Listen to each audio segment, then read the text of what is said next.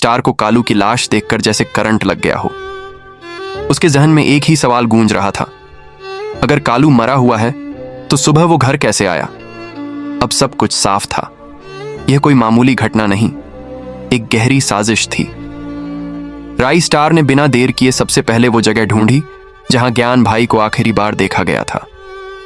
वहां पहुंचते ही उसे जमीन पर कुछ खून के धब्बे दिखे और पास में पड़ा था ज्ञान भाई का रुमाल। राई स्टार खून के धब्बे और ज्ञान भाई का रुमाल देखकर समझ गया कि कुछ बहुत बड़ा हो चुका है। उसका दिमाग तेजी से चलने लगा। अगर कालू मर चुका था तो सुबह हमारे घर आया कौन? तभी पीछे से आवाज आई, राई बेटा। राई स्टार पलटा तो देखा सामने मोहल्ले के बुजुर्ग श्याम दादा खड़े थे। श्याम दादा बोले, आज सुबह मंदिर से लौटते समय मैंने एक आदमी को तुम्हारे घर की तरफ जाते देखा था। पहले तो लगा कि कालू है, लेकिन उसकी चाल और आवाज अलग थी। जब वो थोड़ा पास से गुजरा तो मैं पहचान गया। वो कालू नहीं था बेटा, वो वाइट 444 था। ये सुनते ही राई स्टार के पैरों तले जमीन खिसक गई।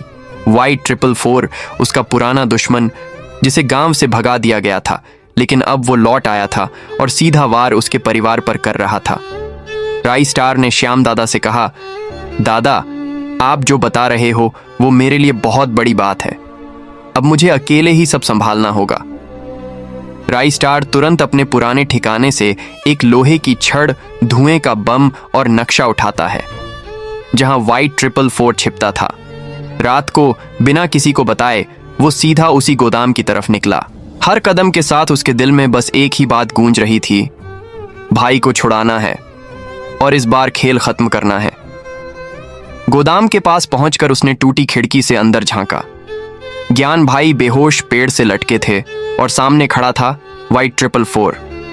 काले कपड़े, नीला स्कार्फ और आंखों में वही पुरानी नफरत।